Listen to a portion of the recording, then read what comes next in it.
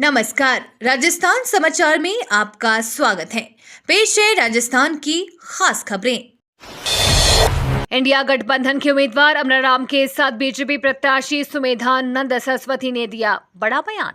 लोकसभा चुनाव की होने वाली मतगणना को लेकर सीकर में जिला प्रशासन ने तैयारी पूर्ण कर ली है, तो वहीं राजनीतिक दलों ने भी मतगणना स्थल पर एजेंटों को बिठाने सहित तैयारी कर ली है। भाजपा और इंडिया गठबंधन दोनों ही दलों के उम्मीदवार अपनी अपनी जीत के लिए आश्वस्त हैं। भाजपा व गठबंधन उम्मीदवारों ने अपनी अपनी जीत के दावे किए हैं। आज परिणाम के बाद ही पता चलेगा कि किसके सिर जीत का सेहरा बंधेगा। चुनाव परिणाम से पहले भाजपा प्रदेश कार्यालय में जीत के जश्न की तैयारी। लोकसभा चुनाव में जनता ने किसको देश की सत्ता सौंपी और किसको नहीं, इसका फैसला आज होगा। आज होने वाली मतगणना के लिए भाजपा प्रदेश कार्यालय में जश्न की व्यापक तैयारियां की जा रही है। भाजपा प्रदेश कार्यालय से मतगणना केंद्र पर बैठने वाले एजेंटों को प्रशिक्षण दिया गया है।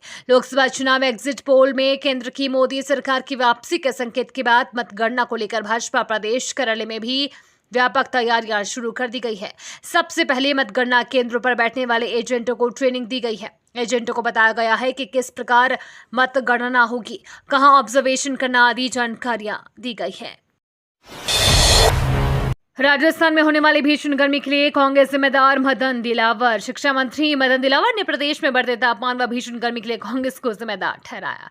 शिक्षा मंत्री दिलावर ने कहा कि कांग्रेस सरकार के कार्यकाल में कांग्रेस के नेताओं व ठेकेदारों से मिलकर जमकर पेड़ कटवाए। उनके शासनकाल में पेड़ों के अंधाधुंध कटाई हुई है, इसलिए आज देश व प्रदेश में भीषण गर्मी बढ़ रही है।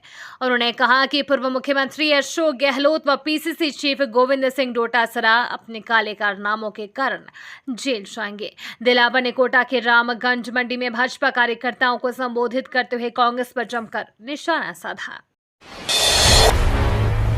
एग्जिट पोल के साथ बीजेपी के दिग्गज नेताओं के राजस्थान में 25 सीटें जीतने के दावे होंगे फेल। लोकसभा चुनाव के नतीजे आज सभी के सामने होंगे। बीजेपी कांग्रेस के अलावा अन्य दल भी लोकसभा में जीत को लेकर दावा कर रहे हैं। एग्जिट पोल की माने तो देश में बीजेपी की सरकार बन रही है, लेकिन राजस्थान की 25 सीटों की बात करें तो सवाल ये है कि क्या बीजेपी इस बार भी क्लीन स्वीप दे पाएगी? क्या बीजेपी जीत की हैट्रिक लगा पाएगी? सवाल ये भी है कि क्या कांग्रेस का खाता खुल सकेगा या नहीं। खैर, इन सवालों के जवाब तो आज साफ हो जाएंगे। आपको बता दें कि राजस्थान की वो 3 सीटें जिस पर पेट फंस सकता है। सियासी गलियारों में नागौर, बाड़मेर और चूरू सीटों को लेकर चर्चा है कि इन सीटों पर बीजेपी करारी शिकस्त का सामना इन्हें करना पड़ सकता है। लोकसभा चुनाव 2024 में कितने राउंड में होगी मतगणना? लोकसभा चुनाव 2024 के लिए हुए मतदान के बाद अब मंगलवार को देश भर में आज 4 जून को एक साथ मतगणना होगी।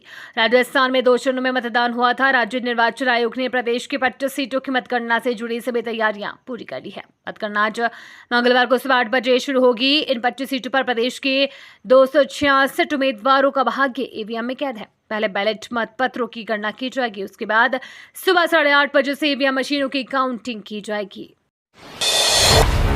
अब व्हाट्सएप कॉल करके भी कर सकते हैं घूसखोरों की शिकायत। राजस्थान में घूसखोरों को पकड़ने और रिश्वत की मांग से लेकर परेशान लोगों को राहत देने के लिए भ्रष्टाचार निरोधक ब्यूरो ने नई पहल की है। एसीबी ने हेल्पलाइन व्हाट्सएप नंबर जारी किए हैं। अब रिश्वतखोरी परेशान लोग इस नंबर 9413502834 पर कॉल करके अपनी शिकायत दर्ज करवा सकते हैं। इसके लिए एसीबी के अधिकारी बाकायदा कस्बों में पहुंचकर लोगों के बीच व्हाट्सएप नंबर और टोल फ्री नंबर की जानकारी देकर जागरूकता बढ़ा रहे हैं। डीजी एसीबी का पदभार संभालने के बाद रवि प्रकाश मेहरड़ा ने ये कवायद शुरू कर दी है।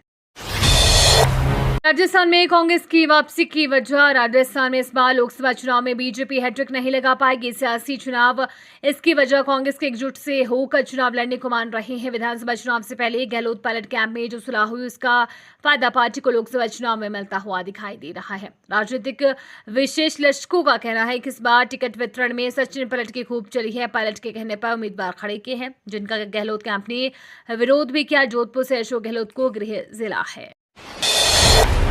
गोविंद सिंह डोटासरा का वादा, राजस्थान में जीत रहे इतने सीटें। राजस्थान में इस बार भी बीजेपी के हैट्रिक नहीं लगने की बात कही जा रही है। कांग्रेस और राजनीतिक विश्लेषकों का कहना है कि इस बार बीजेपी का तगड़ा झटका लगेगा। कांग्रेस के राष्ट्रीय अध्यक्ष मल्लिकार्जुन खड़गे ने रविवार को सभी राज्यों के पीसीसी चीफ के साथ वर्चुअल बैठक कर लोकसभा चुनाव का फीडबैक लिया और आज 4 जून को मतगणना के दौरान सतर्क रहने के निर्देश दिए। प्रदेश कांग्रेस के अध्यक्ष गोविंद सिंह डोटासरा ने भी प्रदेश की 25 लोकसभा सीटों को लेकर फीडबैक दिया।